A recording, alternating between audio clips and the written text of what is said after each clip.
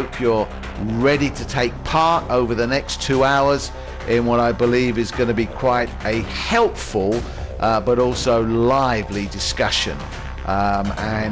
You can be able later on to get us by text, by email, and then even a little bit later on by phone as well. But great to have you with us for this afternoon. Please don't forget, all things Simply the Truth you can find at www.simplythetruth.revelationtv.com. I don't know if we've got trouble with the straps, but they might come up in just a minute. There we are.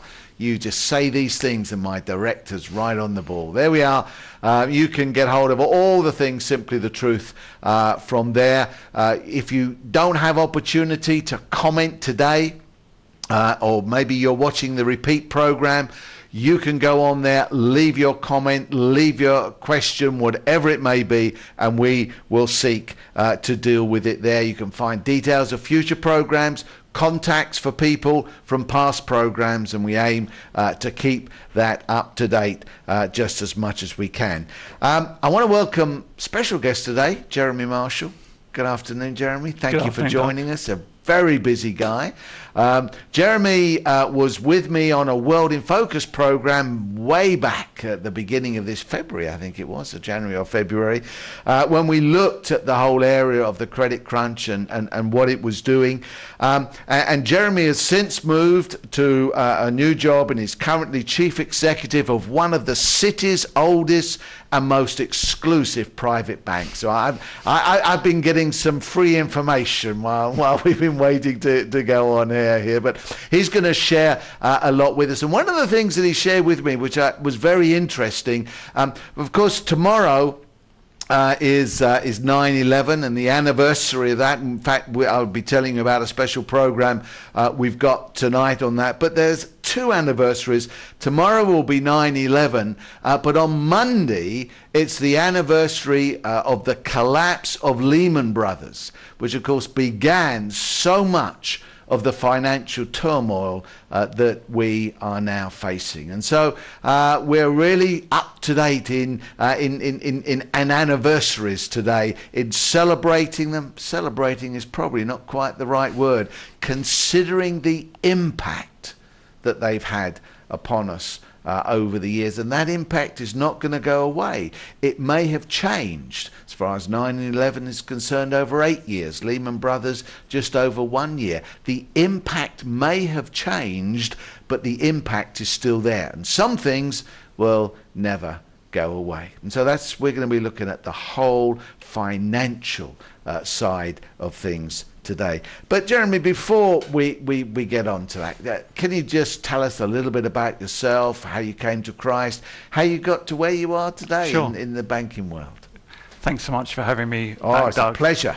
So I had, through God's kindness, the great privilege of being born into a Christian family. In fact, my father was a free church minister. He was 50 years in the same church. His idea of a summer holiday vacation was to take his children and smuggle Bibles into Russia, which, by the way, were some of the best Christians I ever met in my life. Right. They had, the authorities had often taken all their money away. Often their pastor was in the Gulag archipelago, yet they had such joy and faith in the Lord Jesus. It was amazing. But being born in a barn doesn't make you a horse. So being born in a Christian family, you have to come to faith in the Lord Jesus. And I did that as a teenager. And then, Doug, after university, I couldn't get a job anywhere else, so I somehow ended up in the city of London, and been there ever since. I worked 20-odd years for Credit Suisse, one of the world's biggest banks. I spent 14 years in Switzerland, the US, and then the last 7-8 years here in the UK. Jeanette, my wife, and I, and got 3 kids. We live in Sevenoaks, and we're very involved in St Nick's, Sevenoaks, and God's really, blessing us and helping the church there. As I was saying, we just started a church plant in a school actually in Sevenoaks. We call it the 4 o'clock church. As you joked, it meets at 4 o'clock. Yeah, that's right. And the idea is to have a informal, friendly church that people who are not Christians, and especially there's lots of people maybe whose kids do sport, sadly, on Sunday morning who would come. So it's an outreach to people in Sevenoaks, and God's really blessed us and sent a lot of new people along, which is fantastic. And we were talking earlier on, of course, you mix with a lot of different people, and of course in your job you will mix with a lot of the rich people, and maybe on a Sunday with the not so rich people. But it's great just to be able to share the Lord at whatever level you can, however you can. In the end, whatever the needs are, He is the one that can meet that needs. But we have to communicate that to people in ways they understand, don't we? Absolutely, Doug. The Bible tells us that each of us should chatter the gospel. In fact, I was reading the other day a book about the growth of the early church, written by a guy called Stark. And in it he says that the early church, so that's from the Lord Jesus' returning to heaven out to 200, grew for two reasons. One, because people just talked naturally the gospel with their friends and the family. And secondly, that it was a period of great suffering and great uncertainty, lots of epidemics, people died.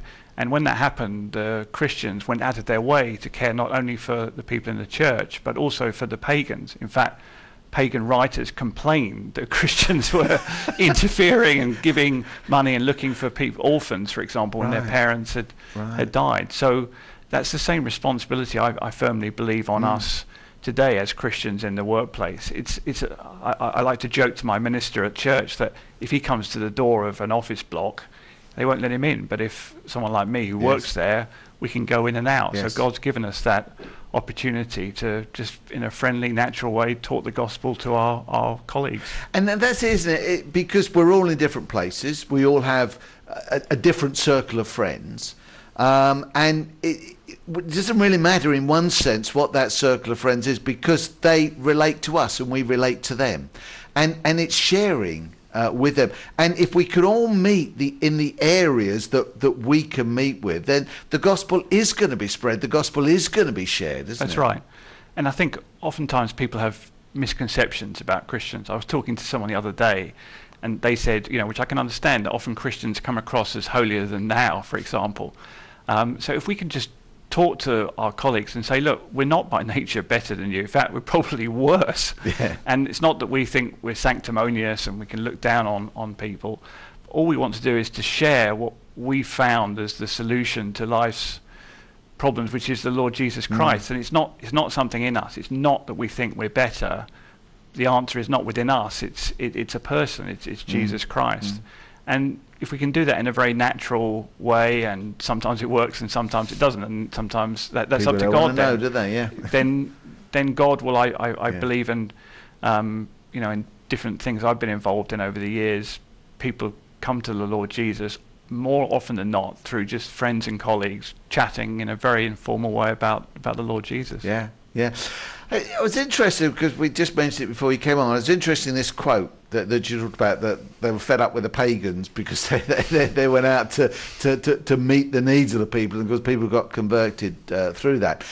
In one sense, what we're talking about today, finance, is very much in that realm, because so many people have problem with finances, and it may not be that we can go out and lend them the money or give them the money to meet their needs, but we can help them understand ways in which they could deal with their needs. Maybe they've got to understand ways in which they've got to cut back on their lifestyle, or ways that they can portion their money out more. But as Christians, we can, or at least some of us, can get involved in such things. That's right. I think one thing that's very important, Doug, is to be really practical.